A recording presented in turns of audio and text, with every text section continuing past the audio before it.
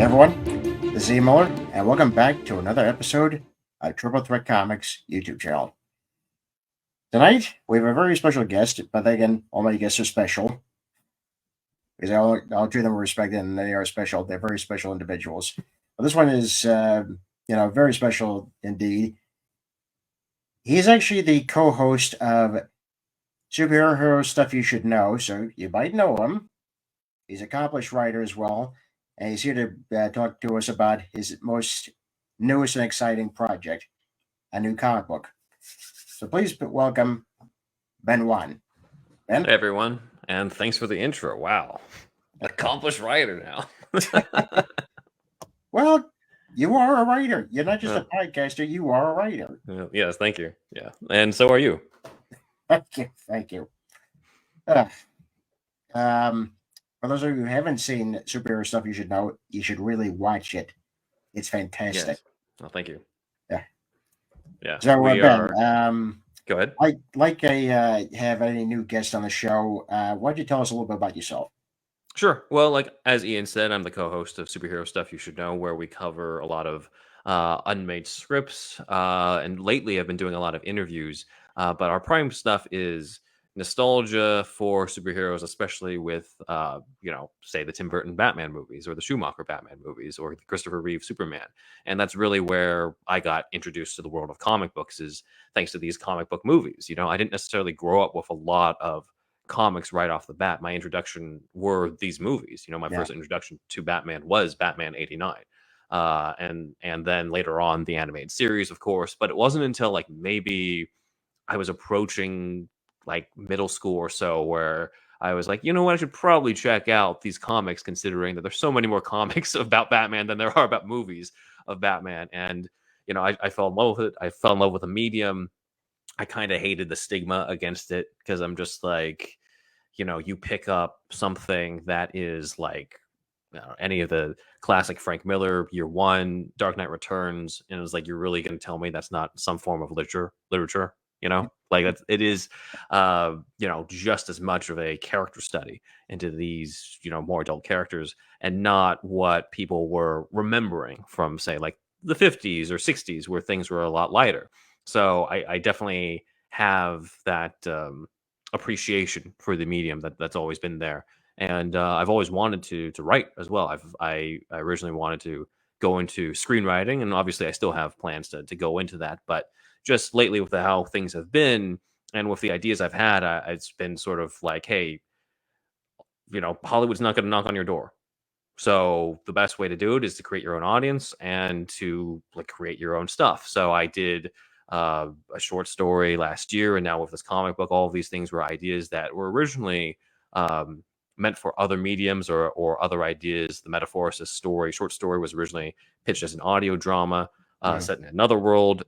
The comic book that we're talking about today was originally meant to be a TV pilot, but it's a TV pilot that was going to have people with superpowers anyway. So really, like it was meant for the comic book medium. And I just love telling stories and exploring like other takes on this genre or stories that we love. And that's kind of what brought me to Alter Ego, to a lot of the stuff that we're going to talk about today, is appreciation and wanting to explore my own take on these types of worlds. Just spoken like a true comic book writer. Yeah, I do agree with you, because it's always unique to take different genres that and just put new twists on them and try to introduce something new, some new angle, new aspect of genres that may have gotten a little stale after a while, but you want to rejuvenate the audience's interest in them. Yeah, for sure. Yeah, so if you want to check out the Ben's other stuff, here is the website, benwanwriter.com. Thank you. Yeah, you'll get all sorts of I have a few just random spec scripts, because I don't know the rights to some of these characters, so you guys can just go ahead and read it if you're a fan of the shows. It's all over the place. It ranges from like Gotham, of course, to like Elementary for a Sherlock Holmes story, to Curb Your Enthusiasm, because I was just inspired at one point when I went to Disneyland. I was like, how would Larry David handle this? Because there's no way that they would ever shoot something like that. They just would never get permission from Disney. So I just fucked around and used some of the stuff that I experienced in real life, and then injected Larry saying stuff that I, of course, had just thought or maybe said out loud, but not in an exaggerated way like he did. So that stuff's on there too. So check that out, and of course, write ups of the different audio podcasts that I do for Nuverse Creative, that both Ian and I Yeah. do for Nuverse Creative, where we do a lot of audio stories and adaptations surrounding a lot of the superheroes, sometimes based off of unmade scripts, sometimes their original stories, sometimes adapting comic books into the universes of the movies, TV shows. So Yeah. that's been really fun too. Yeah, we'll talk about that in a bit because Cool. I got a lot of questions for you on that. Yes. Yeah. So, yeah. So this is the link to Alter Ego, which I'm going to actually show right now. Cool. So, why don't you tell us very briefly what it's about? Cool. So yeah, Alter Ego is set in a world that's somewhat dystopian, in which 5 families of superpowered supervillains have taken over the entire city. So for those who are fans of Batman No Man's Land, it's been kind of inspired by that, except it's in its own world. Each supervillain has its own like superpower or stuff. The main character is Jace, who you Yeah. see on the cover, and Jace is a man who is sort of this outsider. You don't know that much about him yet in the first issue, but you do know that he wants to take out the 5 families, and he's given an opportunity to do that by going undercover as a henchman among them. And so this is a world where the whole superhero secret identity thing isn't quite how it usually is. It's not that he puts on a cape or mask or anything like that. He is Jace. He is going in as a henchman. But the thing is, if anyone finds out his true alliance or true identity, he's dead. There's just no other way around it. And he's going into the lion's den with people who are way more powerful than him, with powers that are way more dangerous than he's got. And the big question when it comes to his story is are we watching the origin of a superhero or a super villain? You know, is he going to help save everybody in the city and clear the board for the, clear all the supervillains out, or is he going to clear all the supervillains out so that he can take over next? And that's sort of that dichotomy back and forth is what I really wanted to play around with, because if you pick up a Batman comic, you kind of know what Batman's going to do. Yeah, Superman, you know what Superman's going to do, Spider-Man's going to do. I'm like, well, what if the character was a little bit more unpredictable? Where like each time you think, okay, well, he did something that's messed up, in which case, like, he's a villain, right? And then you find out, well, actually, there was a heroic reason why he did that. Then you're like, okay, well, in that case, maybe he's not. And then, of course, he then does something else, and then you just play around with the audience's expectations so that you're not really sure which way he's going to go. And it's, to me, like, that was the fun of it. I liked playing with a world where, like, you don't know what, who is going to be what. You pick up, again, if you look at some of the rebooted superhero stuff, and there's always like, oh, this person is, say, Victor Freeze, and you're like, all right, I know that's going to be Mr. Freeze. Yeah. Here I can do stuff where I'm like, I have plans for each one of these characters, but you don't know any of them yet because you've never met these characters before, and they can go in any direction that I can take them. So that was one of the things that drew me to this. Well, I think it's fantastic, because it keeps the audience, on their toes, just, yeah, I can definitely see why this was definitely a pilot, because it has that aspect to it, but it could definitely be more than that, Mm-hmm. Yeah. How many issues were you planning for this? Well, it'll be 4 issues to complete the initial pilot story. In terms of the rest of the stuff, that kind of depends on how I map it out. Because, again, originally this was written as a pilot, but it might change in terms of the presentation of the comic. I might go into graphic novel form when it comes to the later stuff. But that'll be mapped out when I get there. First off, was trying to get this issue out, and issue 2 is currently in the works. But there is definitely a longer form story that is going to be fleshed out. You'll learn a lot more about Jace, learn a lot more about the 5 families, learn other characters who exist in this world who aren't necessarily big parts of this first story. Okay. Well, if you need another artist, you know who to call. Just saying. Yep. Just saying. We'll talk. So yeah, we'll talk. No, but this is fantastic. Thank you. Yeah, so you said you got multiple issues for this first story arc, and you're still planning out this stuff. I have to ask, how do you feel about playing these story arcs out? How do you feel about that? How do I feel about it in terms of like what do I have planned, or how do I feel about Yeah, it I in would terms I of would how say much? that. I would say that. Yeah.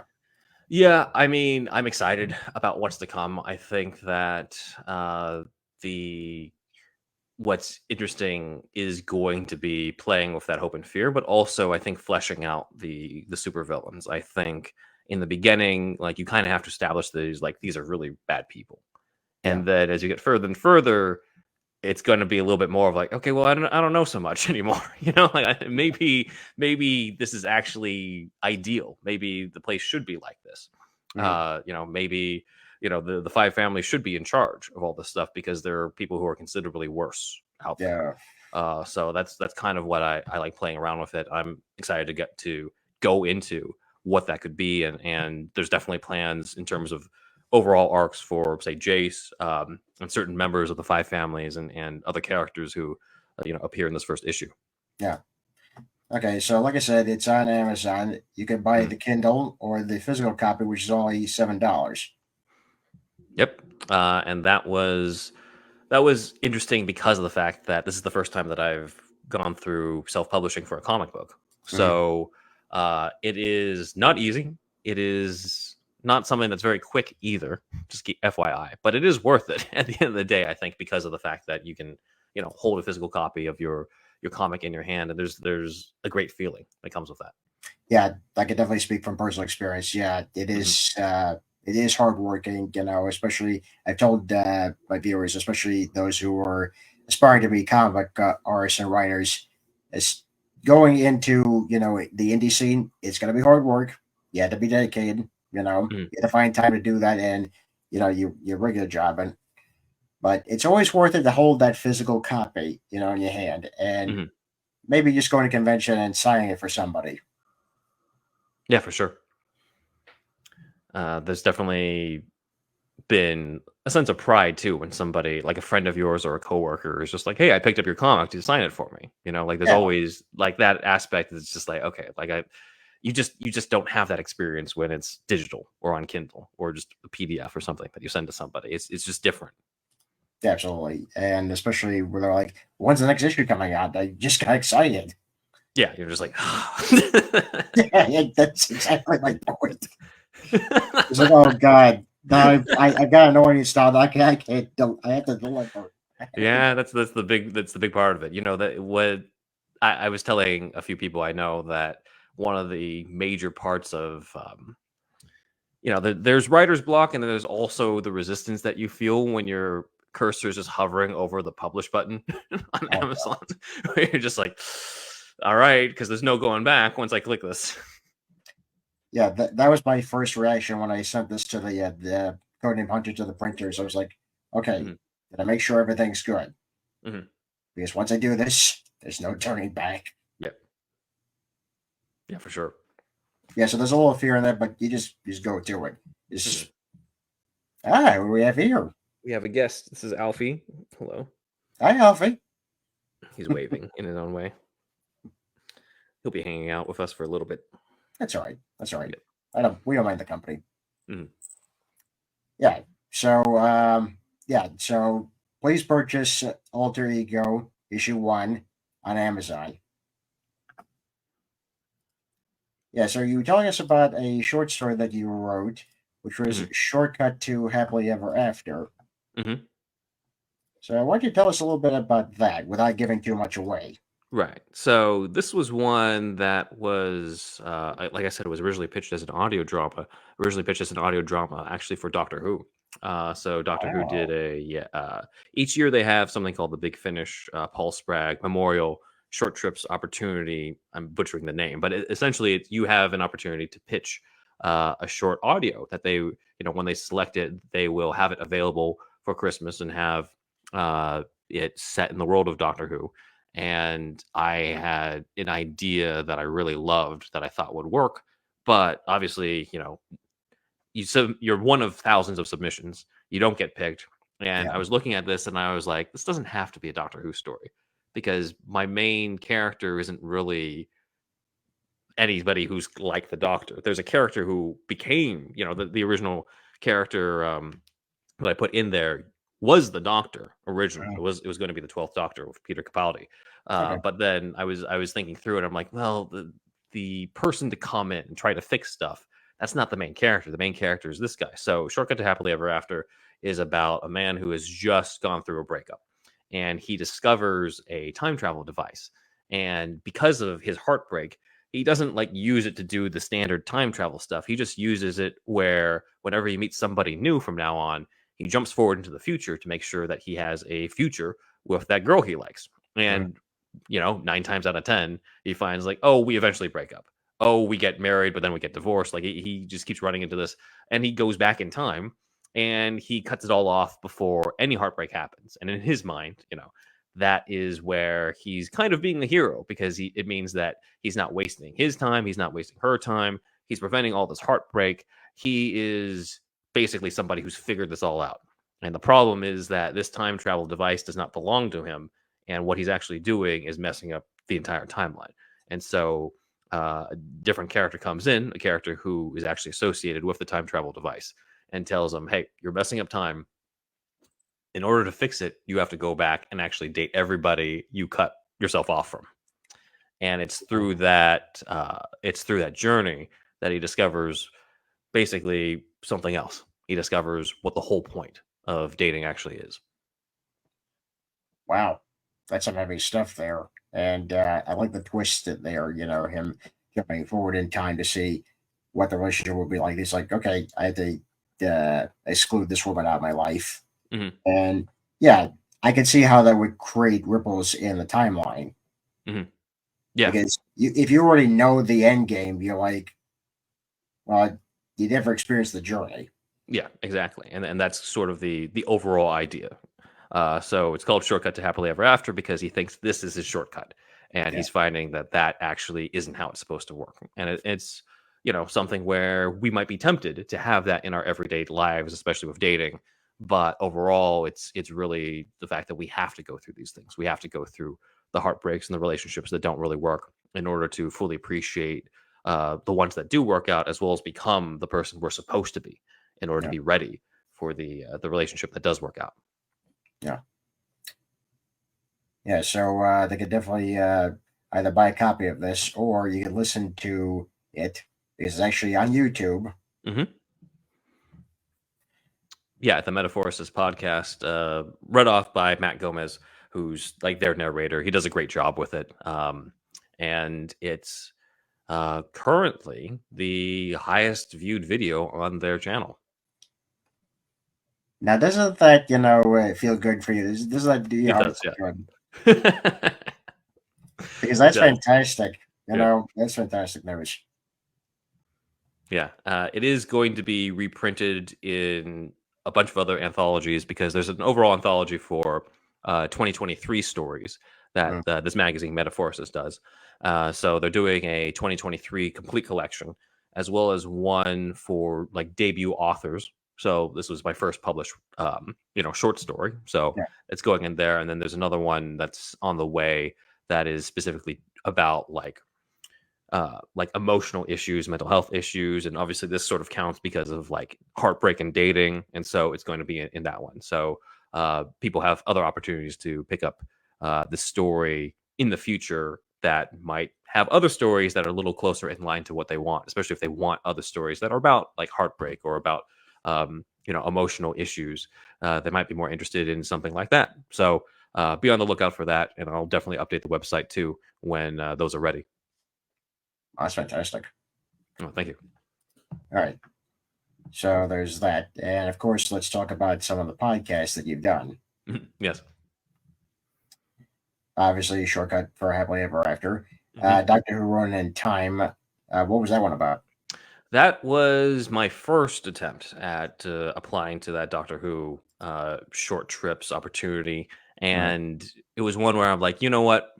If they're not going to make it, I'm going to make it. So it was me trying to do my own audio version of it. And it's essentially the Eighth Doctor, Paul McGann, right before the Time War, ends up meeting Miyamoto Musashi, the famous samurai.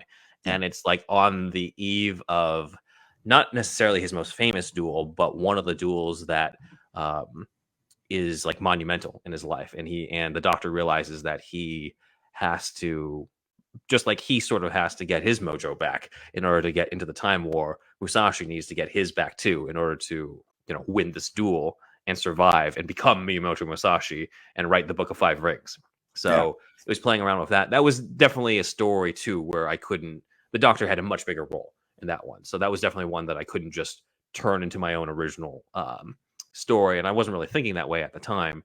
But I wanted to play around with it. I'm a big fan of Big Finish, who does a lot of these audio dramas, and they have the original actors from the show Yeah. reprise their roles after all these years over audio, and so that was my crack at it. And afterwards, it was kind of just like I put it out there, and I was like, never again when it comes to producing my own audio drama, because there's just so much work involved. And luckily, that I know that we're going to segue soon to Nuverse Creative, but luckily, Ian and I now have somebody in our corner who's a big fan of our work and is producing this and is handling the whole, like, getting actors and getting the editing done and the special effects and all that stuff that I just did never wanted to handle ever again after doing Yeah. this one. Yeah. It's crazy. Yeah. Of course, talking about Tim Maxwell of Nuverse Creative. Mhm. Yeah. He knows how to handle stuff. He knows how to get things done. He knows how to. He trusts his actors. He definitely trusted us, especially with the material, to make sure it Mhm. was children friendly because his channel it's for all ages. Yeah. So for the projects that we're going to talk about next, we did have both Ben and I had to limit, what stuff we could keep in, what stuff we had to take out, just to Mhm. make sure that everyone could listen to it. Yeah. Yeah, for sure. And of course, we brings us to Batman '89, the case of the Chemical Syndicate. Mhm. Yeah, that was not the first one I wrote for Tim, but was the first one that got produced because of how short it is. And it Yeah, was obviously inspired by, in the Flash, Keaton opens up the vault and you see all these different suits. And, like, three of them are from, the movies. You got the 89 suit, the Return suit, and the Flash suit. But then everyone got excited, including me. Every Keaton fan or Batman fan got excited when they saw, like, what are these other suits that are yeah, there? And there was one that was clearly modeled off of the original Golden Age Bill Finger 1939 Batman there. And of course, it just gets the mind racing in terms of, like, okay, what are the stories here when it comes to these suits? And so I pitched the idea to Tim of, like, hey, like, what if we just do the original, the very first Batman story, Case of the Chemical Syndicate, but it's set as a Batman '89 prequel, and it explains this suit. And I had a way in as well in terms of how to tie it into '89, not in like a very, not in like a heavy way, but in a way that was light enough that, like, you could see it working in that world. So that was definitely rewarding, and Tim also gave me an opportunity to voice one of the villains in that, which is a lot of fun for me on that, especially when I have people listen to it and they didn't even think that I was in it until I tell them on it. But yeah, I'm one of the villains, and I was channeling a little bit of Hannibal Lecter in there, maybe a little bit of Heath Ledger, mostly also a little bit of Cameron Monaghan's Jeremiah in Gotham, but sort of yeah, just going with a nasally evil, creepy voice yeah. for that was very fun to play, and it was a nice surprise that Tim was just like, "Hey, you want to play this character?" I'm like, "All right, let's do it." I have to ask Tim to play one of the characters I write. I want to ask him. Definitely, yeah, yeah, he'll give it to you, I'm sure. Yeah. So this was not the first thing that you wrote, but this was the first one that was produced that was short. Mhm. So I'm guessing the first one you actually wrote, which you actually do know that you wrote, Yeah. was the '89 Shadows adaptation. Yeah. That was brought about. I kind of volunteered myself for this one, but I was in correspondence with Tim. He had been on the show before. We had talked back and forth because he really liked what we were doing on superhero stuff. You should know. And even before he reached out to me, I already liked what he was doing, because I'm like, Yeah. well, because I had always wanted to do some form of dramatization of the Mhm. scripts we were talking about, and then I find his channel where he's already doing it and doing it way better than what I could have done. And I was like, well, this is the guy. And so it was great to hear from him, and to tell him, like, oh yeah, like, I actually know your stuff and I'm a fan. And he was really obviously grateful for that too. And then I was just like, you know what, I'm really curious if he has this in the back burner, which is the adaptation of the Batman '89 comic series that was meant to sort of be the DC official continuation of the Burtonverse, stuff that happens after Batman Returns. Mhm. And he was like, that's definitely something that we want to do, but obviously he had a lot of projects. And I said, you know what? I grew up with audio dramas. One of my first exposures to Batman outside of the Burton movies was the Untold Legend of the Batman audio drama. Uh, yeah, yeah, which is such a classic. Yeah. And I was like, you know what?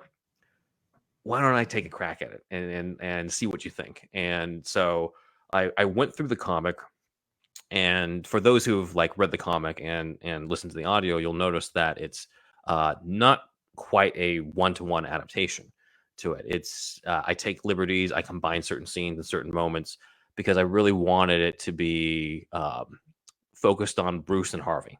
I wanted it focused on Bruce Wayne's story and Harvey Dent's story, and anything that didn't really serve that or serve the main plot kind of had to go.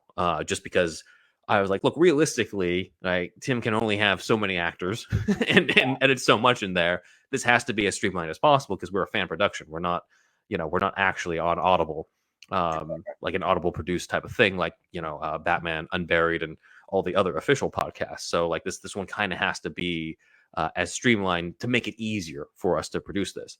And as a result, I think that it led to stuff that I think makes it kind of a cool experience in listening to it, because in the issues of the actual comic, right, like Harvey Dent becomes Two-Face, but he doesn't actually act as Two-Face until issue 5 out of 6.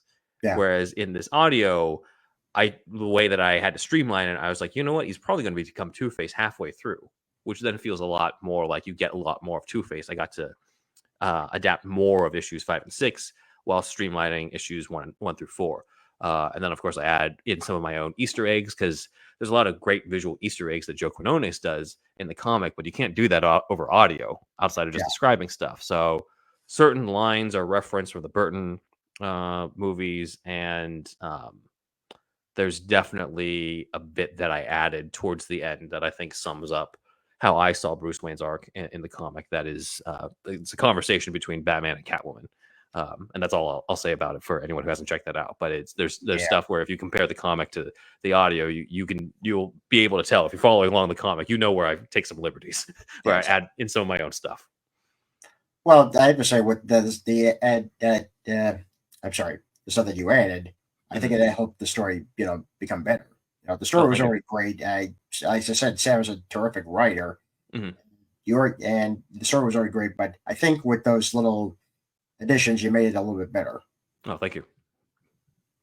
Yeah. And I feel similar with just to return the compliment to you, but with Ian, you wrote the BVS audio drama for Nuverse Creative, that which was a hell of an endeavor because of the fact that it's such a long story. If we take the Ultimate Edition, and also taking it from the narration of Bruce's perspective, but what I really liked was that we are very much in Bruce's head in a way that we didn't get to be in the movie, and we got to sort of an understanding of what the Ben Affleck Batman's character was like before the events of the movie, how significant those events were for him psychologically, and just some of this I'm sure is also given the fact that this is meant to be for all audiences, but I think the way that you addressed the prospect of Batman being willing to take the life of Superman was done in a way that was an improvement over the movie.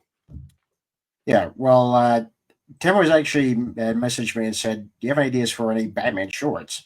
Of course, this did not end up being a short because it could have a long fight. Yeah. So what happened was, well, what if we just took Batman versus Superman, but told it from Bruce's perspective? Mhm. That way we can cut down on some of the characters, that make the appearances in there, Yeah. and we can stay with his train of thought. Mhm. So I started thinking, well, and I rewatched the movie while I was, writing this. I was like, well, what's his train of thought before, Black Zero Day happens, Mhm. which is Yeah. when the Kryptonians came to Metropolis. So I was like, well, Joker had been responsible for the death of Robin, Mhm. and just robbed this young man's life, robbed what he could have been outside of the cave. Yeah. So his mind is already, going to a very dark place, and then of course seeing an outsider, coming in and destroying, most of Metropolis, causing all this destruction, causing destruction to one of his buildings with people he personally knew. Hmm. That's just going to damage, your Yeah. view of humanity at that point. So that I wanted to explore a bit more, and also just to see how Bruce mind works, especially when he's in the detective mode. Hmm. And you get to see a little bit of that in the story. Yeah. But what really drove me home with that the ending where you hear the Martha, I was like, okay, I had to change something here. I had to make this very clear because Hmm. everybody was confused about it. I knew exactly what they were where Zach was going with this. I knew where you, and I'm pretty sure you knew had an idea too Hmm. with all the Martha thing. I was like, okay, I have to drive this home, otherwise I'm gonna lose the audience. Right. Yeah. No, and I think that's very well portrayed, and I think it's because of the perspective that you took of like, hey, this is in Bruce's mind. This is Bruce telling the story, and so certain things can be explained in a way that they weren't in the movie. Yeah, yeah. So like the comments that you made about, oh, I'm glad you added Selena in here. In terms of describing how Diana is so Mhm. much not like Selena. Yeah, and I think it adds so much depth because I think the challenge of the Ben Affleck Batman for some audiences was the fact that like we go in with him having already a history of 20 years of being on the job that we haven't seen. Yeah, So I think with a narration providing that, it provided a sense of depth to his perspective that maybe you and I as fans can project into the screen when we're watching Affleck up there. But the average, person who's just watching a random superhero movie might not have been able to do that at that time. So I think that provided a much deeper understanding, I think, for the audience with the audio medium being able to provide that perspective. yeah. Yeah, I was very proud of that one. I'm very proud with the response it's gotten, Hmm. and I can't wait for them to hear the next stuff that you and I Oh have yes. cooking down the way. Hmm. Yeah, For sure. so just to continue, a couple of the other shorts you have from Batman Forever, A Night of the Reaper. So how did that come Hmm. about? Well, just like with you, Tim reached out and was like, "Hey, do you have any ideas for short Batman stuff?" And he specifically listed Val Kilmer Batman, and I Mm, was like, "Well, that's interesting. I don't know what I would do with that, with Val Kilmer Batman, because with Keaton, there's clearly like, okay, he was in more than one movie, and then mhm, at that time soon to be or like three at that point because The Flash had just come out, yeah, and so there was clearly like adventures to play with. Kilmer, like there's sort of the question of, or the understanding that Kilmer, if we take Doctor Who terminology, regenerates into Clooney at some mhm, point, or whatever, or that's kind of part of the same world because the two movies aren't like that vastly different yeah, outside of the actor change. But I was like, you know what? What if this was something that took place after Batman Forever? And I started thinking about it. And one of the things that I arrived to was that as a kid, whenever I read the Denny O'Neil, Neil Adams stuff, it always struck me how the Batman in those comics was actually very close to me to Val Kilmer's.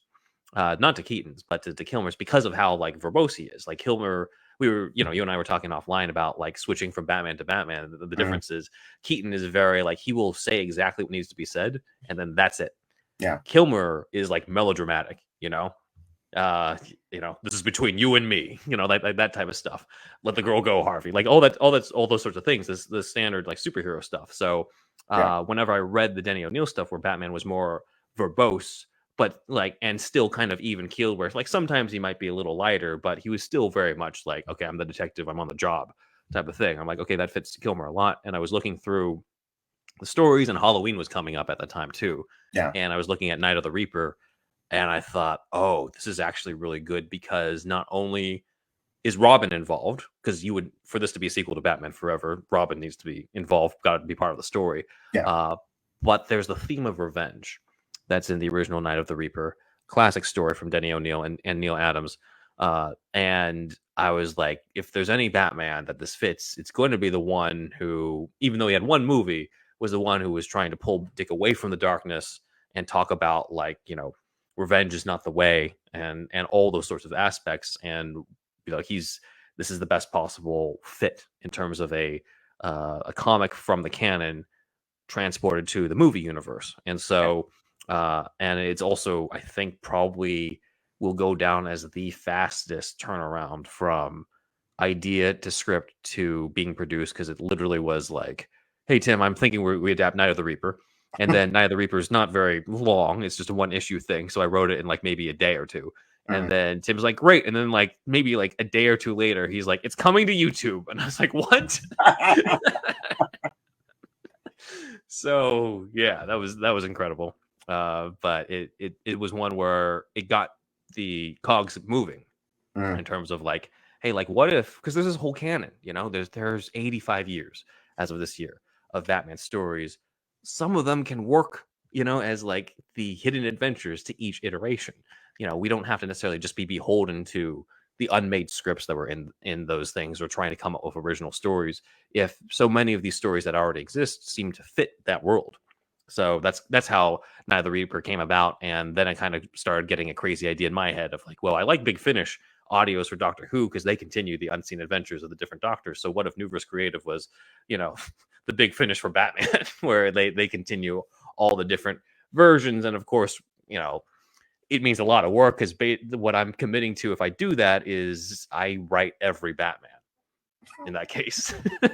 So that's what I had to look forward to. But obviously, you and I love the character, and so do people, probably the ones who are watching, are the ones who come from previous episodes of yours or superhero stuff you should know. So there's definitely an appreciation, I think, too, for what Tim is doing and what he wanted to do with these shorts. Yeah, I remember just speaking to him, saying I'm such a fan of yours because I was at that point listening to Superman Flyby, and this was a canceled J.J. Abrams script.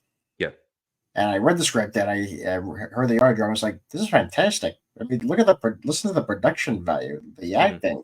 This is like stark quality stuff. Because I had grown up listening to audio dramas as you have. I listened to the BBC audio dramas of, Superman Doomsday, Batman Nightfall. So I was like, this is really up there. Yeah. So I was pitching to him to do Batman Meets Godzilla, which I did co-write the script for that, and Batman Enigma, when those were going to be released. I think they're still working on Enigma now. I don't know. Yeah, I think but so. Yeah, Tim's got a lot. Yeah, there's a bunch of scripts I've sent to Tim that I'm just like, each time I send something, I'm just like, I know you got a backlog, but this is finished. You did ask for it. So yeah, I just finished an Indiana Jones script for him, at least the first episode of that. Oh, really? I didn't know that. Okay, that's awesome.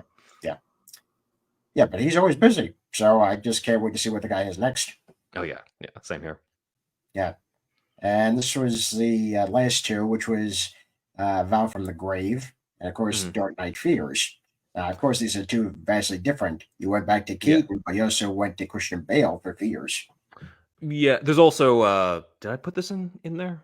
I don't need to update this. You should did. Oh, okay. So we'll go one at a time. So Vow from the Grave, I'm back to Keaton because it was sort of like, hey, how do I explain the blue and gray suit? Because like the 1939 one, there's definitely the DNA of the original Bill Finger comics in '89. The mythology, the iconography, of it, of the gothicness of it. But then we got this blue and gray suit that's there, and it's placed chronologically in the vault before the '89 suit.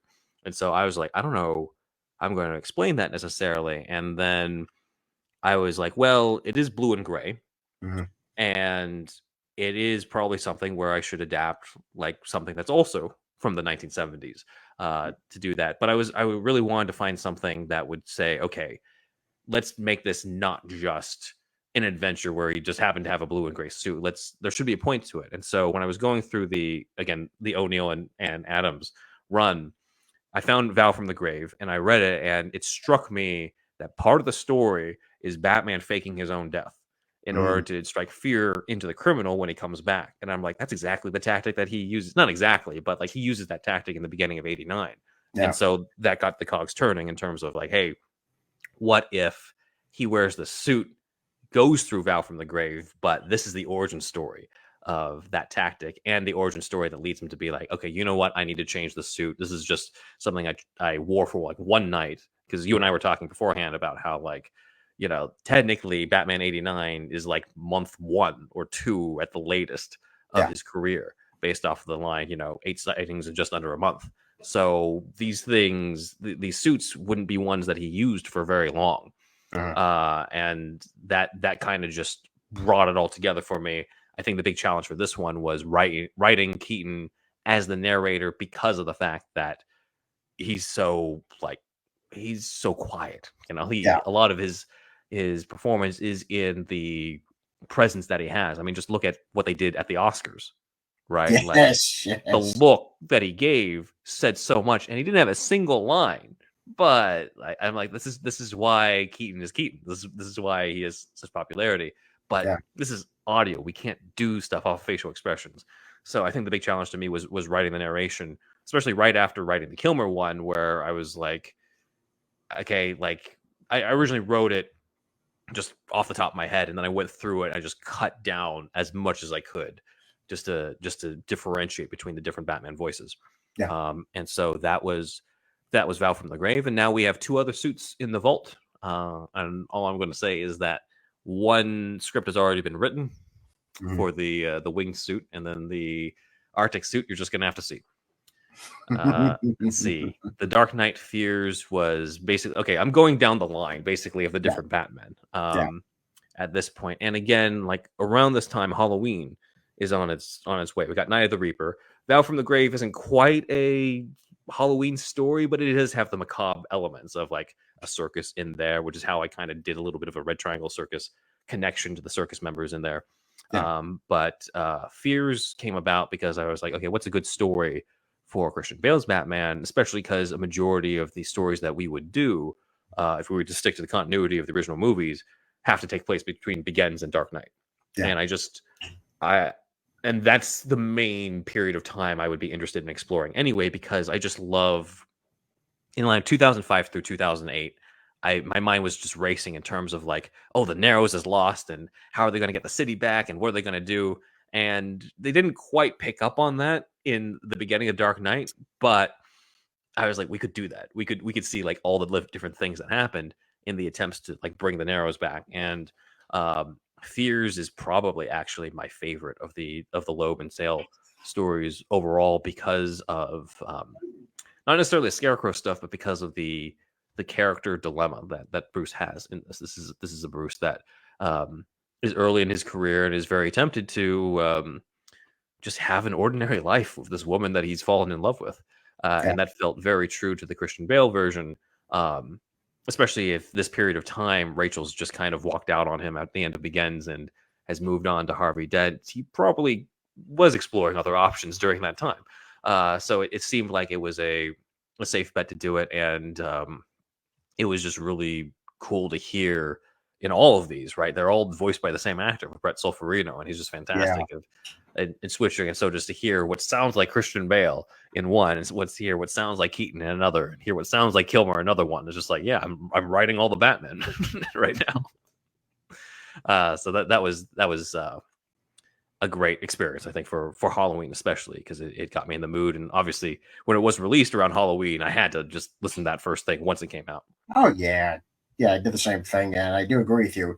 It does, fit that timeline between Begins and Dark Knight very well. Mhm. And yeah, it's interesting to see, him having conflict, him seeing maybe I could have a life outside the cave, Mhm. So this is a good start to see that, and then of course that was what led to Dark Knight Rises much later on. So Mhm. this is a good start. Yeah. The DNA is sort of planted through Yeah. this. Then of course you have Year One, and this was the Wachowski script. Yes, this is one that Tim recruited me on because he had previously done the Wachowskis, or what we think is Wachowskis, treatment for it. We had kind of a discussion on my show about whether or not this was even a legitimately from the Wachowskis. We have no idea. We Yeah. haven't found any interviews from them even claiming this. But whatever the case, Tim was like, "Hey, like I want to expand on this," and I thought it would be cool to sort of bring in a project I used to have, where at one point I was like, you know what, we have all these like disparate pieces of what Batman's early years were like throughout, like, we have Year One, sure, but then we have like the beginning of Legends of the Dark Knight #1 is like another take of Denny O'Neil's like filling in different gaps in terms of what happened. And I tried at one point to just put together a scripted version that just put all of it together into like one story.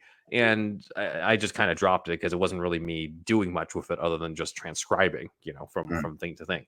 But here was an opportunity to do it and put my own spin on certain aspects. And so he asked for certain scenes to have dialogue to them, and uh, he we kind of went back and forth. He had a draft, I did a draft. We went back and forth and stuff.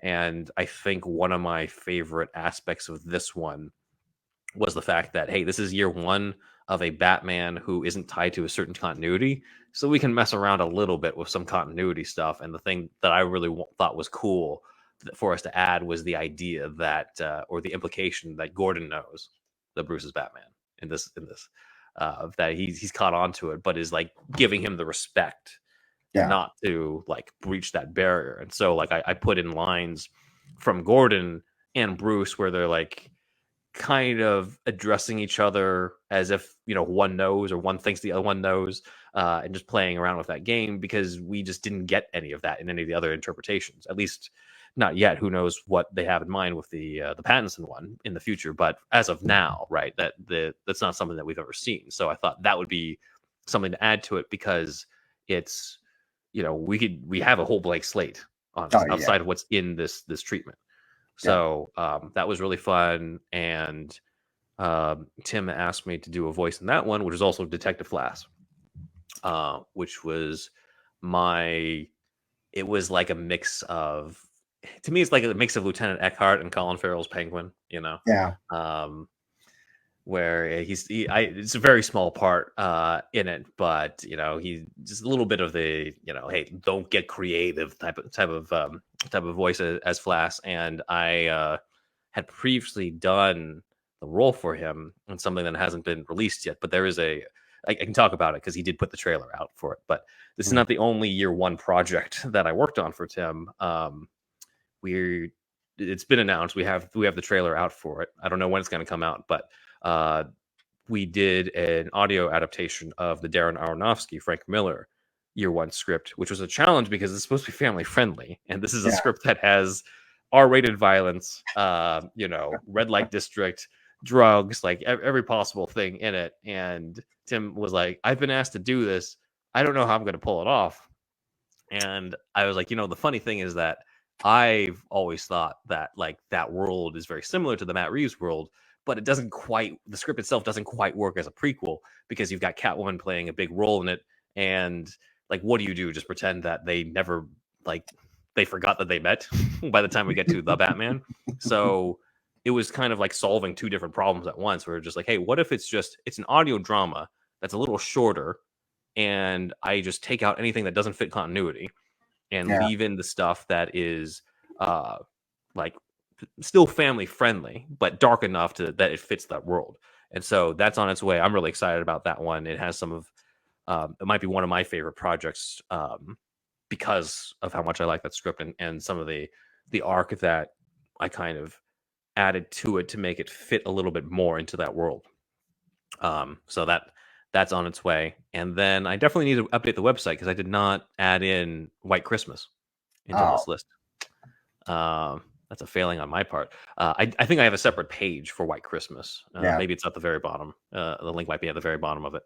But White Christmas was, of course, because Christmas was coming up, I thought it'd be kind of cool to do a Christmas story that was related to Batman. And Tim had already asked me about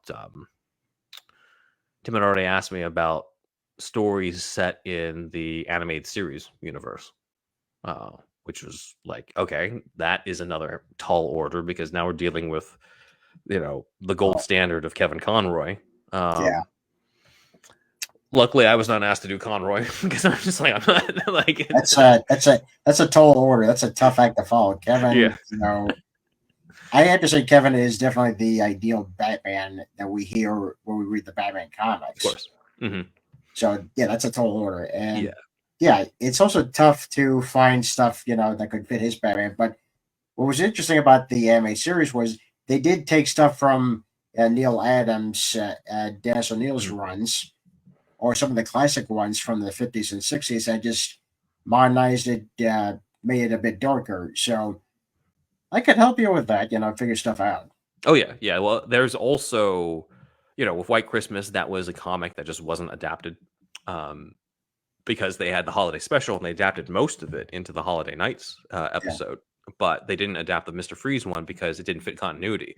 Mm, The Mr. Freeze story in the comic operated under the idea that Nora Freeze was dead, and because yeah. that plays a role. But then at that point, they had already established, oh, she's alive and she got cured. It's Sub-Zero, so they couldn't Yeah. continue that. But I was like, hey, this is Newverse creative. We find pockets. So I was like, hey, this takes place before they even found out that she was alive, and it makes it for a happier ending. It makes it for a more bittersweet ending because at the end of the comic, it's like, okay, it's sad, but in this one, it's like, hey, like if you know the continuity, and I bring it up too, like that it's not the be all end all. You know that there's some glimmer of hope, and I thought that was going to be kind of cool to put into that. And Yeah.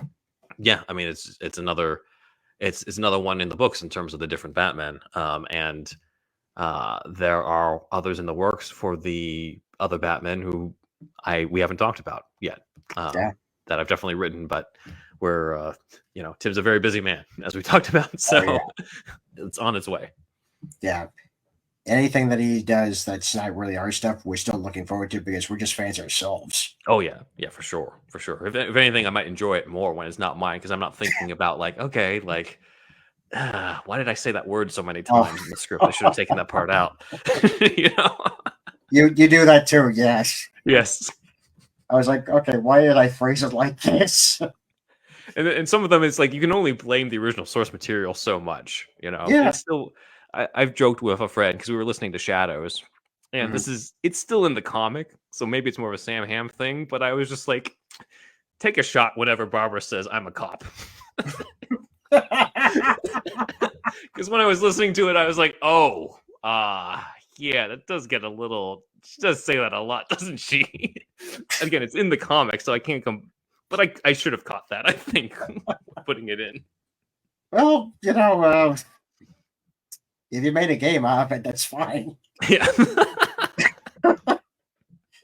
No, but yeah, yeah, I'm very excited, for more of the stuff that you have written for a new verse. I'm pretty sure at some point somebody's going to talk to you about maybe doing Echoes as an adaptation, maybe. Oh, yeah, yeah. Well, I mean, that's already one that when they announced it, I was okay. Well, here's another thing I can reveal. Mhm. Is that when they announced Echoes and they said like Bruce Wayne has been like or Batman's not been seen for a while, I told Tim like, hey, we have to change the editing on the ending for Shadows because originally the ending that I had for Shadows was different from what you actually heard Oh, in the audio that's out there. It sticks to the comic where yeah. Bruce Wayne flips the coin. Um, without giving too many spoilers, he flips a Mhm. coin to make a choice. And in my original ending and the narration that I recorded for it, because I'm the narrator on that one, I made like I had a definitive end in terms of like what his choice was going to be. Yeah. And then I realized with what they announced of Echoes, I'm like, oh, I don't think that really fits into what's going to happen in Oh, Echoes. So why don't we we'll just stay true to what was in the original story, and then let Echoes play out, and then we'll figure it out from yeah. there. And honestly, I think it plays out way better. I think it plays out way better with that coin flip and the way that he edited it with the music and ending it on that ambiguity. I think it plays out way better than what I had originally written and recorded. But that's kind of an inside trivia thing in terms of Yeah. what Echoes affected. But yeah, for sure. Like I read the first two issues and I'm already thinking like, okay, like what sort of things would I put in there? And there's already an actress friend of mine who could do a great Harley Quinn for Oh, that Madonna Harley Quinn. okay. So I just Fantastic. told her like, hey, if you want to do it, it's yours. That's fantastic. Of course, I'm in the middle of writing a certain adaptations to a certain Batman, Hmm. which I can talk about a little bit. I'm going to say that. Okay. Um, as many of you know, I'm working on a fan comic for the Snyderverse Batman. So it's Ben Affleck's the Batman because I want to make sure that that Ben is acknowledged because again, this was a character that he played very much. And it's going to be very much his movie. I also want Mhm. to be different from Matt Reeves. Yeah. I will say the series is actually being 4 issues. Yep, it's a much bigger story, Mhm. and I am definitely doing the audio adaptation of that. And I was just talking to Ben before the show started how much different it is, different from writing Keaton in Batman Enigma to Affleck in the Batman. Mhm. So yeah, that's something to look forward to. You're gonna see, and you're definitely gonna hear stuff in there that really does feel like a movie, and that's the intent. And it's gonna take you to, it's gonna have some twists and turns you don't see coming, and it's gonna lead to parts 2 and 3 of Justice League. So yeah, some stuff happens. Yep. That's all I'm saying. Yeah, and I've had the privilege of taking a look at like what your plans are, and I think they're great. I think that they, again, we don't know what the actual script was for that one. We've been given hints over time, but um, I wouldn't be surprised if some of the stuff that I've given you praise for. I wouldn't be surprised if that stuff wasn't originally in there, but it's stuff that you've added to it that gives it a lot more like depth than I might have originally expected from this type of story, where it's like Batman and Deathstroke can easily kind of just turn into, okay, well, it's got to be more than just 2 hours of them reenacting the Arkham Origins fight. Like there's got Yeah, to be a lot more to it, and I liked a lot of what you did with it, and I'm really looking forward to the the comic and the audio versions of this. yeah, yeah, it's gonna be exciting, and yeah, I've already started writing the scripts, and hopefully I'll get some release dates announced. So stay tuned for that. Sweet, I'm looking Yeah, forward to it. yeah, absolutely. So once again, just to inform you, look for Altered Ego on Amazon.com. Yep, That's issue and one out of gonna be 4 issues of this mhm. first story arc. Yep. And if you like it, please leave a review. Reviews always help with the Amazon boosted up in the algorithm and stuff. And this is, it might even be even more helpful than just buying it, right? Right, So, exactly. a lot of these things spread through word of mouth, whether it's my comic or Ian's comic and stuff. So if you like this type of stuff and want to support creators, some of the best things you can do is just simply leave a review. It doesn't, no more money out of your pocket for that one. Exactly. So Exactly. definitely do that for both Ian and myself. Yeah. Before we go, I do want to show one last thing. I just uploaded a new design last night on Nice, tpublic.com. So I just bring that up. nice. I got to get in on that. Yeah, yeah. As many of you know, I've been doing Little Ian, my own comic character. You know, Mhm. but this is the new thing that I've added. This is the first ever Conan Hunter merchandise of the issue 4 cover that's coming up soon. Nice. Yeah, so you can have an any T-shirt or hoodies, phone cases. If you have iPhone and Samsung, coffee mugs, and of course the baseball T-shirts, which I would recommend. And what's interesting is the pillows. Now the pillows actually came out very well in some of Ooh, the Ian designs. So I'm very curious to see what how it looks in Conan Hunter designs. that is It looks awesome. pretty good. Yeah, it does. It looks really good. I'm looking at this being just like, man, I need to put the alter ego cover on a lot of this stuff type of stuff. This is what I'm saying. This is what I'm Yeah, saying. yeah. Because my manager Leander is like, man, you're all about the Batman, but like, what about like? I was like, yeah, you know what? I should have an alter ego shirt. If I have like 20 different Batman shirts, I should have a shirt of my own stuff. I own it. These are my characters. Exactly. Exactly. So don't miss out on that, Mhm. because that helps you and also helps obviously your business and also just it promotes you. Yeah. That's the main thing is that's the main Mhm. thing about any creators. You have to promote yourself and hopefully I've helped promote you. Oh well, yeah. Exactly, and I appreciate it, and obviously, we've tried to do our part too at superhero stuff. You should know in terms of returning the favor and promoting your stuff with Enigma and Batman meets Godzilla, and of course we'll keep crossing over as we continue with these projects. Oh, absolutely. Well, maybe we'll collaborate on that audio drama. Oh yeah, that too. Yeah. Okay, well, I think that's going to be it for us. Ben, thank you for coming on. Thanks for inviting me. I'm Ian Miller, and this has been Triple Threat Comics YouTube channel. See you next time, folks. See ya. Also, be sure to actually follow us on our social media accounts, including Facebook, Twitter, Instagram. And if you'd like to follow us on YouTube, just hit that like button and subscribe.